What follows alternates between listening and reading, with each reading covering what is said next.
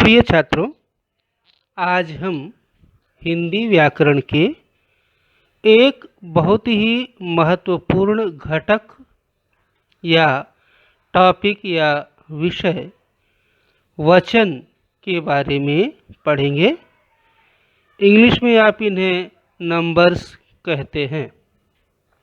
छात्रों, व्याकरण की भाषा में वचन का तात्पर्य या वचन की परिभाषा कुछ इस प्रकार से है कि जो शब्द किसी व्यक्ति, वस्तु, प्राणी आदि की संख्या बताते हैं, उन्हें वचन कहा जाता है।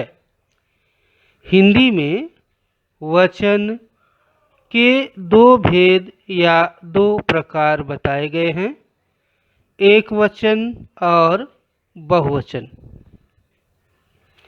छात्रों, यहाँ पर कुछ चित्र दिए गए हैं और उन चित्रों के माध्यम से आपको वचन की परिभाषा समझाने का प्रयास किया गया है। पहले चित्र में लिखा है नीचे, बच्चा किताब पढ़ रहा है। इसमें एक ही बच्चा है और बच्चा शब्द क्या बताता है? बच्चा शब्द से क्या पता चलता है? मात्र एक के बारे में। और दूसरे में लिखा है, बच्चे किताब पढ़ रहे हैं। यहाँ पर बच्चे शब्द से यह ध्वनित होता है कि वहाँ अकेला बच्चा नहीं है, एक से ज़्यादा बच्चे हैं। इसलिए बच्चा जो है वह एक वचन और बच्चे जो है वह बहुवचन हो सकता है। इसी प्रकार तीसरे चित्र में लिखा है, पतंग उड़ रही है। और चौथे चित्र में लिखा है, पतंगें उड़ रही हैं। पहले चित्र में केवल एक पतंग है, मात्र एक पतंग दिखाई गई है, इसलिए यह जो है पतंग शब्द जो है वह एक वचन होगा। और दूसरे चित्र में दो पतंगें दिखाई गई हैं, इसलिए यहाँ पतंगें जो हैं वह बहुवचन शब्द होगा, क्योंकि यहाँ पर पतंगों की संख्या एक से अधिक है। नीचे स्पष्टीकरण दिया गया है, ध्यान दीजिए। इन वाक्यों में बच्चा, किताब, पतंग शब्दों से उनके एक होने की जानकारी मिलती है। बच्चे, पतंगे शब्दों से अनेक होने की जानकारी मिलती है। अब आगे यहाँ वचन को परिभाषित किया गया है। शब्द के जिस रूप से उसके एक या अनेक संख्या होने का बोध होता है, उसे वचन कहते हैं। जैसे लड़का, लड़के। लड़का एक है, लड़के अनेक हैं। लड़की एक है, लड़कियां अनेक हैं। अब आगे दिया गया है वचन के भेद। वचन के आपको मैंने पहले ही बताया कि वचन के मुख्यतः दो भेद हैं, एक वचन और बहुवचन। एक वचन सिंगुलर, बहुवचन प्लूरल। एक वचन किसे कहते हैं उसकी परिभाषा यहाँ दी गई है। सिंगुलर किसे कहते हैं? जिस शब्द से एक संख्या होने का बोध होता है उसे एक वचन कहते हैं। जैसे किताब, कुर्सी, शिक्षिका, तस्वीर, हीरा आदि। दूसरा है बहुवचन प्लूरल, जिस शब्द से अनेक संख्या होने का बोध होता है उसे बहुवचन कहते हैं। जैसे किताबें, कुर्सियाँ, शिक्षिकाएं, तस्वीरें, हीरे आदि। ध्यान दीजिए, हिंदी में एक वचन से बहुवचन बनाने के कुछ नियम निम्नलिखित हैं। छात्रों, एक बात को आपको विशेष रूप से ध्यान रखना है कि हिंदी में जो पुल्लिंग शब्द हैं उनमें से अधिकांश का एक वचन और बहुवचन समान ही होता है, उनमें कोई परिवर्तन नहीं होता। वे एक वचन और बहुवचन दोनों रूपों में एक ही रूप में प्रयुक्त होते हैं। वहाँ पर एक वचन और बहुवचन का पता जो है क्रिया के माध्यम से चलता है। मात्र आकारांत पुल्लिंग शब्द जो हैं उन्हीं का बहुवचन रूप जो है वह परिवर्तित हो जाता है, बदल जाता है। छात्रों, वचन के नियम जो हैं उन्हें जानने से पहले एक शब्द जो है उसे आप अच्छी तरह से समझ लें। अकारांत, आकारांत, इकारांत, ईकारांत, उकारांत, उकारांत। अकारांत, अकारांत का अर्थ है वह शब्द जो अ की मात्रा से समाप्त होता है, उसे अकारांत शब्द कहते हैं। जैसे फल, हल, पुस्तक, कलम, इन सब का अंतिम जो वर्ण है उस पर कोई मात्रा नहीं है, इसलिए उसे हम क्या कहते हैं? अकारांत कहते हैं। अकारांत के बाद आता है आकारांत। वे शब्द जो आ की मात्रा से समाप्त होते हैं या जिनके अंतिम अक्षर पर आ की मात्रा लगी रहती है उन्हें आकारांत कहते हैं। इसी तरह इकारांत, जो ई अर्थात ह्रस्व ई या छोटी ई की मात्रा से समाप्त होते हैं उन्हें इकारांत कहते हैं। ईकारांत, जो दीर्घ ई की मात्रा से खत्म होते हैं वे शब्द ईकारांत कहलाते हैं। इसी तरह उकारांत, जो ह्रस्व उ की मात्रा वाले शब्द हैं, जिनके अंत में ह्रस्व उ होता है वो उकारांत, और जिनके अंत में दीर्घ उ होता है वो उकारांत शब्द कहलाते हैं।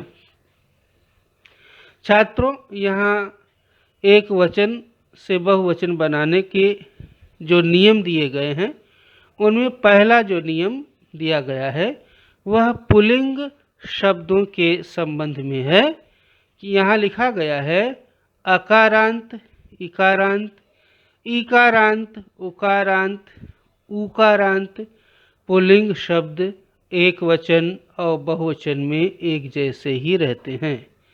जैसे नर, नर, यात्री, यात्री, पिता, पिता, तरु, तरु, मुनि, मुनि, बाबू, बाबू। मैंने पहले ही आपको बताया कि जो पुल्लिंग शब्द हैं, पुल्लिंग शब्दों में अधिकांश शब्द जो हैं उनका एक वचन और बहुवचन दोनों समान ही होता है। केवल आकारांत पुल्लिंग शब्द जो हैं उनमें ही परिवर्तन होता है। दूसरा यह नियम दिया गया है, ये नियम स्त्रीलिंग शब्दों के संबंध में दिए गए हैं। पहला है अकारांत स्त्रीलिंग संज्ञा शब्दों के अंतिम अ को ए में बदलकर, ए अर्थात ए की मात्रा और अनुस्वार।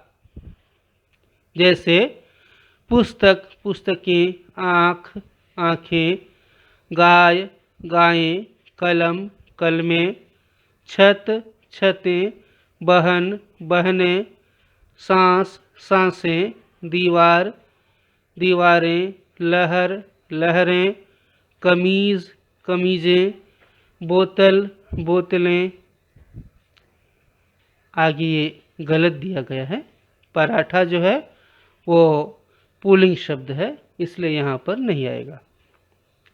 तीसरा नियम जो दिया गया है, आकारांत, उकारांत, उकारांत, औकारांत स्त्रीलिंग शब्द संज्ञा शब्दों में ए जोड़ देते हैं और उकारांत शब्दों के ऊ को ऊ अर्थात दीर्घ ऊ को ह्रस्व ऊ में अर्थात बड़े ऊ को छोटे ऊ में बदल देते हैं।